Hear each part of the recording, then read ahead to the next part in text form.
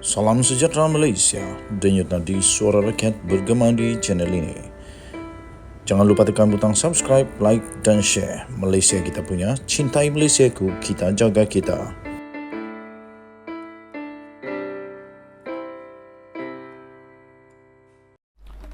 Salam sejahtera Malaysia, denyut nadi suara rakyat bergema di channel ini.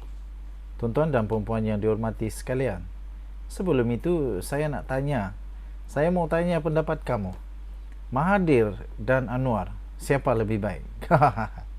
Siapa lebih baik, Mahathir ataupun Anwar Ibrahim? Kedua-duanya ada kelebihan, kedua-duanya ada kekurangan. Tetapi yang pasti Mahathir lawan Anwar yang belum tamat. Nampaknya di antara Anwar Ibrahim dan juga Mahathir, menurut penganalisis politik dan pemerhati politik, mereka masih belum tamat. Meskipun sudah menjangkau usia hampir seabad, namun tiada siapa yang mampu menafikan kesungguhan penglibatan Tun Mahathir dalam arena politik. Untuk peranggan pertama itu saya mau beri komen sedikit. Saya mau beri ulasan sedikit. Kesungguhan Tun Mahathir ini pada pendapat saya sudah melebihi batasnya dirinya sendiri. Pada hemat saya, pada pendapat saya, sepatutnya Tun Mahathir berhentilah di dalam arena politik pada usianya sekarang. Saya fikir pada usia dia sekarang ini paling sesuai dia ialah untuk dia selalu ke masjid, selalu ke surau, selalu mendengar ceramah agama, selalu membuat amal ibadah dan membuat amal untuk bekalan pada kehidupan seterusnya, dan bukan lagi berpolitik. Pada hemat saya, beliau sudah cukup masanya. Beliau meninggalkan keluarganya kerana sibuk dengan tugas Perdana Menteri, tugas sebagai ahli politik dan sebagainya. Mungkin ini masanya yang terbaik untuk Mahathir bersama dengan cucunya dan keluarganya. Beliau yang mula terlibat dalam politik sejak tahun 1946 lagi. Bekas Perdana Menteri keempat dan ketujuh itu boleh dikatakan adalah antara ahli politik tanah air paling lama dan mempunyai banyak sumbangan di peringkat nasional serta antarabangsa. Baru-baru ini Dr. Mahathir sekali lagi mencuri perhatian ramai apabila beliau menyentuh mengenai tempoh 100 hari pentadbiran Perdana Menteri Datuk Seri Anwar Ibrahim yang didakwa tiada sebarang perubahan membanggakan yang ditonjolkan. Kita ingat balik konon 100 hari dulu, kad 100 hari Mahathir dulu waktu Pakatan Harapan, apa yang dia buat? Kalau mau lihat sesuatu yang cukup hebat, tunggulah Mahathir mentadbir Malaysia 20 tahun. Tunggulah Anwar mentadbir 10 tahun, barulah kita nampak apa yang Anwar dapat lakukan. Kemudian baru boleh bandingkan dengan Mahathir pada 20 tahun. Tak adil lah. Baru 100 hari nak dibanding dengan 20 tahun. Baru sekarang pun dah umur hampir seabad, tak adil lah.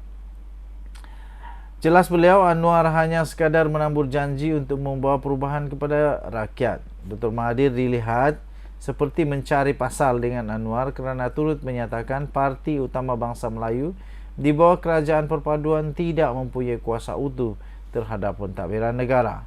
Ia ditambah dengan dakwaan terhadap kerajaan pimpinan ahli Parlimen Tambun itu yang berkemungkinan membuat perubahan kawasan pilihan raya dengan mengurangkan jumlah kawasan Melayu berbanding kawasan bukan Melayu.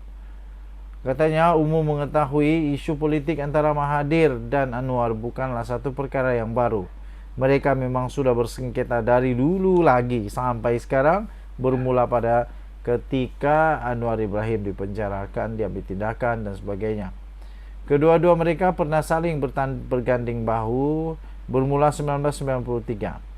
Dr. Mahathir ketika itu merupakan Perdana Menteri, melantik Anwar sebagai timbalan Perdana Menteri dan juga Menteri Keuangan. Sehinggalah disusuli dengan pemecatan Anwar pada tahun 1998 yang disifatkan rakyat amat mengejutkan.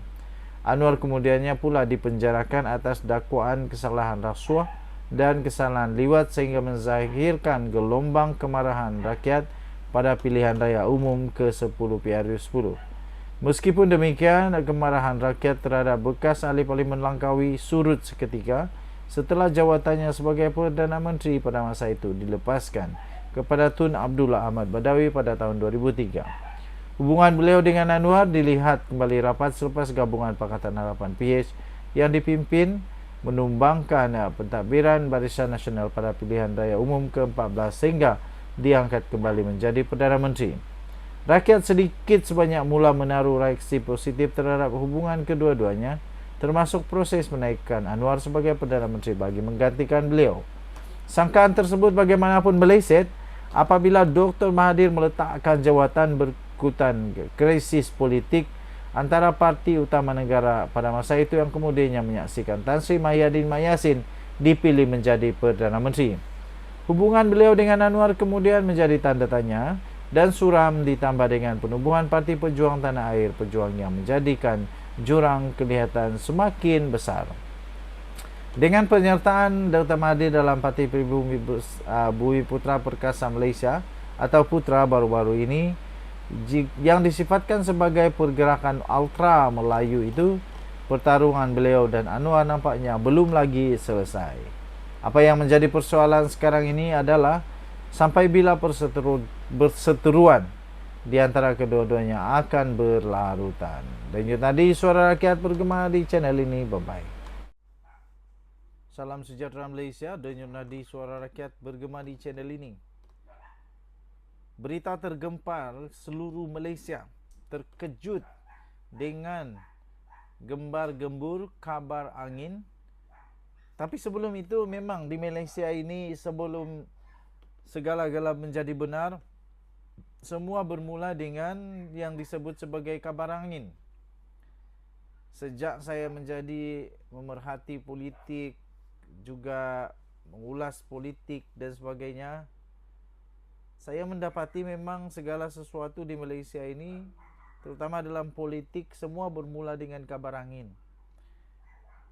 Bermula dengan kabar angin akhirnya menjadi kebenaran. Tapi bukan semua jugalah kabar angin menjadi kebenaran, tapi kebanyakannya. Nah, sekarang ini pula heboh satu Malaysia, kononnya ada kabar angin 4 adun Pulau Pinang lompat parti. 4 adun Pulau Pinang lompat parti termasuklah daripada PPBM Bersatu.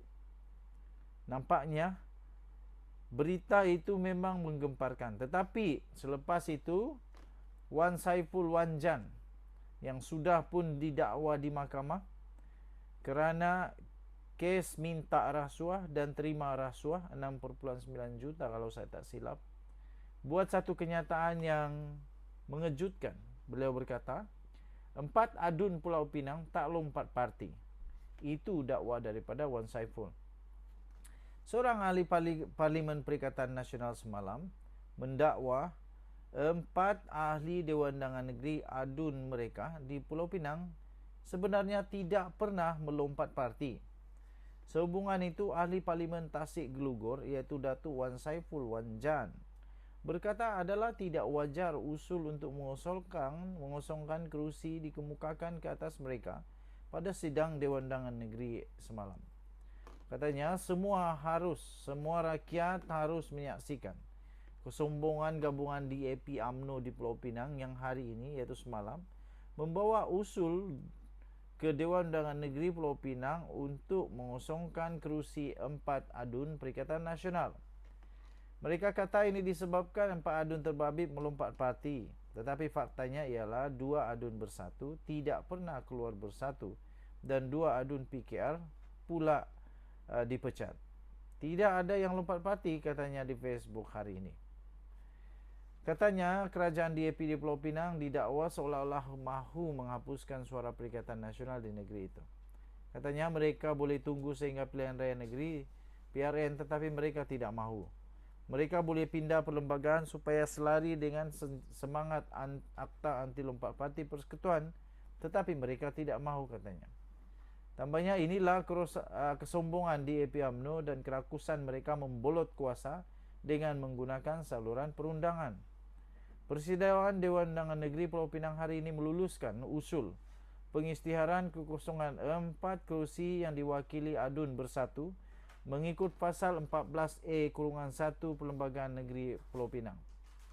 Jadi nampaknya usul pengisytiharan kekosongan 4 kerusi yang diwakili oleh Adun Bersatu mengikut pasal 14-1 telah pun diluluskan.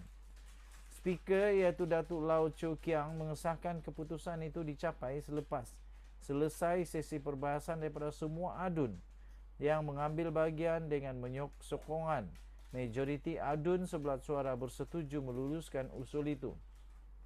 Chow Kiang meluluskan usul itu menerusi undian suara selepas semua adun yang hadir menyatakan ya kedengaran lebih ramai dan kuat berbanding menyatakan tidak. Beliau mengumumkan senarai nama adun dan kerusi yang terbabit adalah Adun Seberang Jaya Dr. Afif Bahardin, Zulkifli Ibrahim Adun Sungai Aceh, Khalid Mehtab Muhammad Ishak iaitu Adun Bertam dan Zulkifli Mad Lazim Adun Teluk Bahang.